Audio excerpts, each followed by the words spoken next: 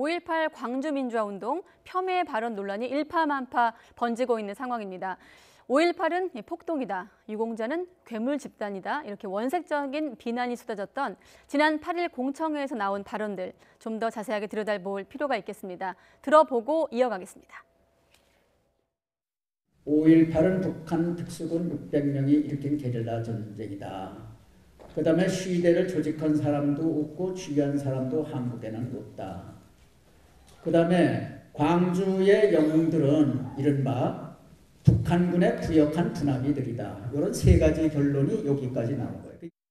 정치적으로 이용하는 세력들에 가지고 그냥 폭동이 민주화운동으로 된 겁니다. 그렇게 되는데 10년, 20년밖에 안 걸렸는데 5.18 폭동이 일어나고 난 다음에 지금 40년이 된 겁니다. 그러면 거기에 대해서 다시 한번 뒤집을 수 있는 때가 된 거 아니겠습니까? 국회를 토론의 장으로 해가지고 이 5.18 때 북한군이 개입됐다는 것을 하나하나 밝혀나가는 그런 역할들을 하는데 저 최선을 다하겠습니다. 종북 좌파들이 지금 판을 치면서 5.18 유공자라는 이상한 괴물 집단을 만들어내면서 우리의 세금을 축내고 있습니다. 맞습니까? 5.18 유공자 그 헛되게 돼 있는 모든 국민의 피땀 어린 혈세를 가지고 그들의 잔치를 벌이고 있는 5.18 유공자를 다시 한번 색출해내야 되지 않겠습니까? 앞장서겠습니다. 앞장서겠습니다. 주저할... 네, 당시 8일 발언 먼저 보셨는데 이렇게 한국당 일부 의원들의 망언이 계속해서 지금까지도 파장을 일으키고 있습니다. 여야 4당은 의원직 제명까지 추진하고 있는 상황인데 오늘 뉴스큐에서는 역사학자 전우용 교수님과 함께 이 문제 짚어보도록 하겠습니다. 네, 안녕하십니까? 네, 안녕하세요. 네, 정치권 논란을 교수님께 여쭤보기보다는 좀 역사적인 사실들을 네. 좀 객관적으로 여쭤보려고 오늘 모셨고요. 자, 강론에 들어가기 전에 지금도 공청회 때 발언들 쭉 이어서 보셨는데 현재까지 논란 어떻게 좀 지켜보고 계십니까? 어느 시대에나 또는 어느 사회에나 좀 상식적으로 납득하기 어려운 발언들 또는 생각들을 극단주의에 경도돼서 하는 네. 사람들은 언제나 있게 마련이에요. 근데 이제 그런 것들이 이른바 이제 이 사회의 비상식적 영역, 그런 정상성에서 벗어나는 영역에 있다는 것을 좀 그 선을 그어주고 경계를 네. 그어주고 그래서 상식선에서 사회가 돌아갈 수 있도록 이끌어 나가는 것이 정치권이 해야 할 역할인데 네. 이번 같은 경우에는 사실 지만원 씨를 비롯해서 이제 5.18 광주에 북한군이 개입했다든가 심지어 600명이 내려와서 그 삼엄한 경계망을 뚫고 네. 했다든가 하는 얘기는 한 20여 년부터 계속 돼 왔었는데 우리 사회가 전체적으로 그거는 이제 일종의 무슨 어떤 이제 그 뭐랄까요 사이비 종교의 광신론처럼 그렇게 취급을 해왔어요. 예. 그래서 아무리 사이비 종교나 이런 쪽에서 이상한 얘기를 한다 하더라도 그것을 이제 국회에서 받아들여서 증폭시키고 확산시키는 일을 하지 않지 않습니까? 네. 근데 이번 같은 경우에는 그런 얘기들을 이제 국민의 대표기관인 국회, 국회의 공식적인 좀 의결 자리는 아니었습니다만은 네. 공청회라는 틀을 통해서 증폭시키고 확산시킴으로써 시민권을 갖지 못한 발언들을 우리에게 시민권을 부여하려고 했다는 것, 그것이 이번 이제 공청회의 좀 가장 심각한 문제가 아닐까 생각을 합니다. 사실 5.18 민주화운동 여러 번 저희도 보도했습니다만 역사적으로 검증이 끝난 사안이고 또 심지어 법으로도 대법원이나 행정법원을 통해서 거듭해서 이렇게 판결도 나은 사안입니다만은 일부 아직 의혹이 있는 부분들은 있습니다만 지금 이 시점에서 이렇게 논란을 좀 일으키는 이유가 있다고 보세요? 그러니까 덧붙이자면 작년 이제 미국 무성 문서가 공개되면서 네. 이제 그때도 이제 그런 내용이 나왔었어요. 전두환이 그 5.18 위기 상황을 과장하기 위해서 이제 미국 쪽에다가도 이제 북한과 관련된 헛소문을 유포하고 네. 있는데 미국 정부는 그것을 좀 믿지 않고 있다. 그리고 미국에서 파악한 바로는 북한군의 특이 동향은 전혀 없다라고 하는 이제 국무성 문서가 공개됐거든요. 그러니까 네. 우리 쪽 정부 또 국회, 법원 또 미국 무성 문서로까지 다 확인된 사안들이었어요. 근데 왜 이런 이제 좀 느닷없는 일을 이제 그 자유한국당 몇몇 의원들이 벌였는지 네. 지금 그 얘기라면 이제 그런 것 같아요. 이제 박근혜 전 대통령 탄핵 이후에 우리 사회 일부에서 헌법재판소 판결에 불복하고 또 이제 굉장히 극단적인 이제 극우적 경향을 보이는 사람들이 좀 목소리를 좀 높여왔고요. 또 그 목소리가 실제 이상으로 과잉대표되는 측면이 좀 있었던 것 같아요. 근데 네. 자유한국당이 이제 그 이른바 박근혜 정권 탄핵, 박근혜 대통령 탄핵에 이제 공동 책임을 져야 하는 문제, 또 네. 뭐 뭐랄까요, 공동 책임을 지라는 이제 국민적 요구 때문에 지지율이 많이 떨어졌었고요. 그러면서 좀 이 비상식적인 그룹을 지지 세력으로 끌어안으려고 하는 이제 좀 시도 끝에 나온 일이 아닌가 이런 생각이 들거든요. 그러니까 근데 문제는 이제 이런 비상식적인 발언을 이른바 지지 세력으로 끌어안으려면 거기에 동조해야 되고 그러다 보면 네. 정치 전체가 비상식적인 방향으로 흐를 수밖에 없기 때문에 네. 좀 판단을 좀 잘 해야 되지 않겠나 좀 이런 생각입니다. 네, 이해관계를 예. 위해서 어떤 정치적 이해관계 때문에 지지 세력을 모으기 위한 어떤 의도로 네, 보고 계신다. 그렇죠. 뭐 네. 지지 세력으로 더 갈 데가 없는 사람들이니까 가장 음. 오른쪽에 있는 사람들이 극우 쪽에 있는 사람들이니까 스스로 좀 발을 오른쪽으로 계속 옮기고 있는 것 같다라고 보이는 거죠. 네, 지금 쟁점이 되고 있는 내용, 뭐 쟁점이 되고 있다고 저도 뭐 표현을 하고 있습니다만은 두 가지 아니겠습니까? 네. 북한군 개입설, 5.18 유공자 명단 공개 부분 이렇게 있는데, 자 우선 하나씩 좀 보겠습니다. 지만원 씨가 다시 논란을 좀 일으킨 대목이 5.18에 북한군이 개입했다. 앞서 뭐 뉴스에서 시민군들 입장에선 뭐 치가 떨린다는 좀 그런 반응도 나왔습니다만은, 자 이 부분에 대해서 역사학자로서 좀 설명을 좀 해주세요. 일단 뭐 지만원 씨가 근거로 들고 있는 것 자체가 굉장히 박약하죠. 주로 이제 사진 가지고 누구랑 닮았다라고 하는데 이미 네. 북한군이 아니라고 하는 사실들은 뭐 다 이제 본인들이 밝힘으로써 다 드러난 사안이고요.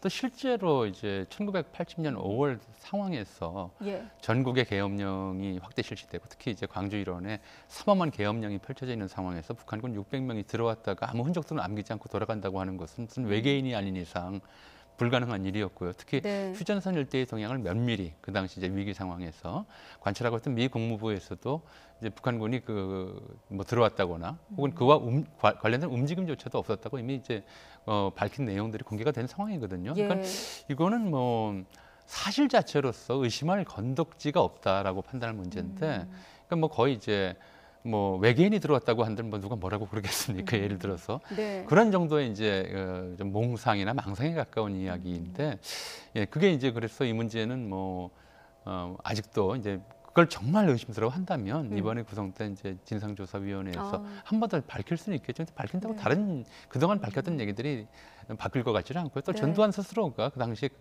북한군 개입설을 부정했던 이제 기록이 있고, 이미 2016년에도 다시 한번 얘기하면서 그건 지만원 씨가 하는 얘기지 나는 모르는 일이다라고 얘기를 했었거든요. 네. 그러니까 그걸 지만원 씨만 아는 일이 돼버려 있는 거예요. 근데 그거를 이제 국회에서 받아서 마치 사실인 것처럼 확산시켰다. 이게 이제 문제인 거고요. 네. 그렇군요. 지금 말씀 중에 그 진상조사위에서 그래도 의심스럽다면 한 번 더 밝힐 필요가 있다고 말씀하셨는데, 밝힐 수도 있겠죠. 근데 네. 뭐 다른 게 나오겠습니까? 이미 가능하지 뭐 않은 일이고. 대법원이나 2013년이나 2013년 대법원 판결을 통해서 이 지만원 씨의 어떤 북한군 개입설 주장에 대한 판단도 나왔었고, 나왔고요. 또 네. 실제로 만약에 지만원 씨 얘기가 사실이라면 뭐 이건 뭐 외계인이 아니선 불가능한 일이겠지만, 그 당시에 휴전선 경계를 맡았던 또는 그와 책임 있는 국방부 장관부터 합참의장, 뭐 육군참모총장 전원에 대해서 문책해야 될 사안이죠. 네. 지금 마침 국방부 말씀하셨는데 조금 전 뉴스 함께 보셨잖아요. 예, 예. 오늘 국방부가 확인되지 않았다. 뭐 나중에는 사실 무근이라는 입장과 좀 같이 예. 한다 이렇게 밝히긴 했습니다만, 이런 정부 일부 부처긴 합니다. 군의 입장 어떻게 보세요? 뭐 틀린 말은 아니죠. 확인되지 않았다, 확인할 수 없다, 없었다. 예전 그렇죠? 얘기니까. 똑같은 얘기. 아니 네. 그건 뭐 실제로 이제 북한군이 개입했다는 사실을 확인할 수 없었다라는 거잖아요. 예. 그건 뭐 교과서적인 답변인데 좀 이제 국민 입장에서는 좀 더 선명한 답변을 원하는 것이었죠. 사실이 아니다라고 이제 밝혔으면 좋겠는데, 네. 근데 확인할 수 없었다라는 얘기는 대단히 좀 정치적인 수사인데 왜 군이 그런 표현을 썼는지 모르겠어요. 그러니까 이제 그렇긴 하지만 뭐 일단 이 사실은 그 표현 자체는 북한군이 개입했다는 사실은 확인되지 않았다 전혀라는 뜻으로 해석할 수도 있기 때문에 뭐 네. 거짓말이거나 심하게 잘못된 말이라고 보기는 어려울 것 같습니다. 네. 다시 또 뉴스를 통해서 이 발언을 또 언급하기가 좀 조심스럽습니다만은 또 김술래 의원 같은 경우는 5.18 유공자들이 세금을 축내는 괴물이다 이런 비하 발언도 했거든요. 여기에 대한 또 네, 설명도 좀 부연 설명도 해주시죠. 광화문 내거리나 여의도에다가 우리나라에서 세금을 축내는 괴물 순위를 한번 써봐라 그러면은 어떻게 이렇게 여론이 나올지 모르겠어요. 아마 네. 국회의원들이 앞순위에 놓이지 않을까 싶은데요. 예. 예, 뭐 그렇습니다. 그러니까 지금 이제 5.18 유공자들의 이른바 공적, 그 민주화와 관련된 공적을 전혀 인정하지 않겠다는 발언이고요. 심지어는 그것이 불법적이거나 뭐 그 앞에서도 그런 정의가 나왔죠. 이미 폭도를 규정하면서 했던 얘기이기 때문에 좀 그 제가 이제 그 81년도에 대학을 들어봤어요. 네. 그러니까 이제 80년 그 광주에 있었던 친구들도 좀 있고요. 뭐 유가족이나 희생자들에게는 정말 이제 견디기 어려운 그런 좀 모욕을 준 게 아니냐, 그 발언 자체가 이런 생각이 듭니다. 네. 뭐 유공자 명단 공개 부분도 법적 판단이 나온 부분인데 이 부분에 대해서도 조금 네. 저는 뭐 이게 이제 그 국민 세금으로 저 김슬리 의원 말대로 국민 세금으로 이제 보상하는 내용이니까 네. 궁극적으로는 공개하는 것이 옳다고 봅니다. 그런데 문제는 뭐가 지금도 있냐면 사과 이후에 이 해당 의원들은 계속 공개해야 된다고 그렇죠. 근데 문제는 얘기를 하고 뭐냐면 있거든요. 이게 이제 근 40년 가까이 된 일임에도 불구하고 네. 우리 사회가 그러니까 이제 과거 청산을 제대로 못한 부분이 있기 때문이라고 생각되는데 광주 민주화 운동을 비롯해서 민주화 운동 관련자를 일각에서는 배관시하는 분위기가 있어요. 그런 것들 때문에 직장에서 본의 아닌 피해를 입거나 이웃들에게 배관시당하는 문제들이 있기 때문에 법원에서도 이것은 이제 개인정보와 관련된 문제라서 네. 공개할 수 없다고 판결한 것이 그런 사안이거든요. 그러니까 우리가 이제 지난 역사에 대해서 좀 더 지금 3.1운동 100주년이니까 예. 3.1운동 뭐 유공자들을 대하듯이 이제 광주 민주화 운동이나 그 위에 민주화 운동 유공자들을 대할 수 있는 분위기가 형성이 된다면 네. 그러면 이제 그 공개가 아무 문제가 없겠죠. 근데 아직도 진행형인 역사이고 여전히 지금 지만원 씨가 얘기한 것처럼 광주 민주화 운동에 참여하셨던 분들을 폭도로 보는 그런 분위기가 일각에 남아 있어요. 네. 그런 상태에서는 이게 쉽지는 않을 것이다, 간단하지는 않을 것이다 그렇게 생각을 합니다. 그 일각에 남아있는 그런 시각을 포함해서 역사 왜곡에 대한 지금 논란이 계속되고 있고 앞서 뉴스에서도 보셨지만 뭐 한국형 홀로코스트 법안이라든지 뭐 반나치법 이런 얘기가 나오고 있는데 이런 역사 왜곡에 대해서 좀 처벌을 해야 된다 이런 목소리가 뭐 정치권 안팎으로 나오고 있거든요. 학자로서 어떻게 보십니까?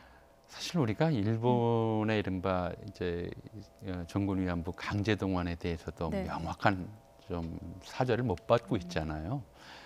좀 쉽지는 않은 문제입니다. 왜냐하면 이제 다양한 이해관계가 얽혀 있고 또 다양한 관점이 얽혀 있어서 네. 여러 가지 이야기가 나오고 그 중에는 이제 극단적인 주장이 나오는 것도 있거든요. 근데 저는 아직은 그래도 우리 사회가 이런 극단성, 상식 이하의 이야기들에 대해서는 이제 걸러낼 수 있을 만한 그런 정도의 건강성을 가지고 있다고 생각해요. 그러니까 자유한국당의 경우에도 처음에는 이 발언하신 의원들에 대해서 네. 뭐 다양성을 존중해야 한다든가 뭐 이런 다양한 의견들이 이제 보수의 생명이다라든가 네, 이런 반응을 해석이 다를 수 보였다가 있다. 뭐, 예. 반응을 보였다가 이제 여론이 들끓으니까 뭐 징계라든가 또 다시 사과하거나 이랬잖아요. 네. 이런 것들이 일종의 이제 우리 사회의 건강성을 표현한다고 생각을 하고요. 국회에서 이제 이런 그 뭐랄까요, 그 사회 내에 상식 이하의 발언들을 증폭시키고 확산시켜서 마치 시민권을 부여하는 일을 하지 않도록 하는 것이 꼭 법이겠느냐? 네.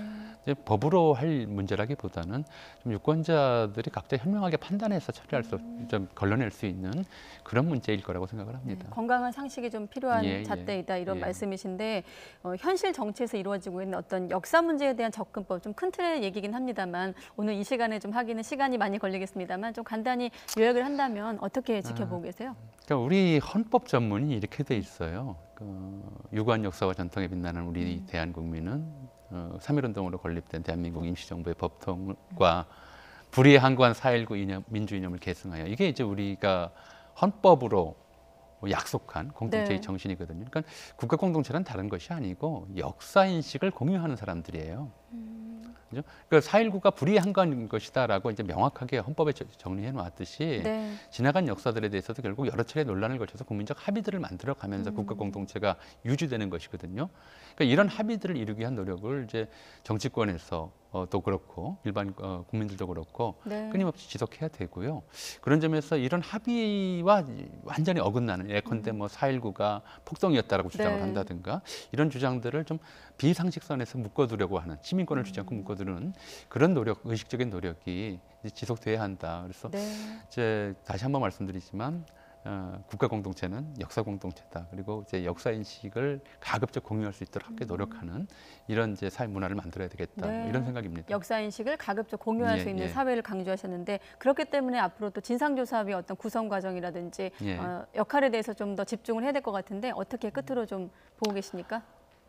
이번에 이제 문 대통령이 이른바 자유한국당 추천 3분 중에서 2분을 이제 임명 거부를 했잖아요. 그런데 거부했죠. 저는 그것도 좀 납득이 잘 안 갔어요. 왜냐하면 이제 법 자체가 명확하게 진상조사위원회 자격을 규정하고 있는데 처음부터 자격 미달인 분들을 법에 어긋나게 추천을 했던 거잖아요. 그리고 네. 나서 이제 임명 거부에 대해서 유감을 표명하고 좀 했었는데 이거는 어떻게 보면 이제 지만원 씨를 초청해서 국회에서 공청회를 개최한 것과 같은 방식의 이 문제 접근이었다라고 생각이 들고요. 그래서 이 문제도 역시 이제 법적이 규정된 대로 좀 절차를 밟아서 한다면 좀 너무나 이렇게 상식에서 벗어난 극단적인 이야기들은 걸러낼 수 있지 않을까 싶고요. 그게 이제 상식적인 선에서 역사 인식을 공유하는 길이 되겠죠. 구성 단계에서부터 좀 더 신중해야 된다 이런 말씀으로 추천부터 이제 이해할게요. 불법적으로 추천부터. 한 거죠. 어떻게 예. 보면. 알겠습니다. 시간 관계상 오늘 여기까지만 듣도록 하겠습니다. 네, 역사학자 전우용 교수와 함께했습니다. 오늘 고맙습니다. 네, 감사합니다.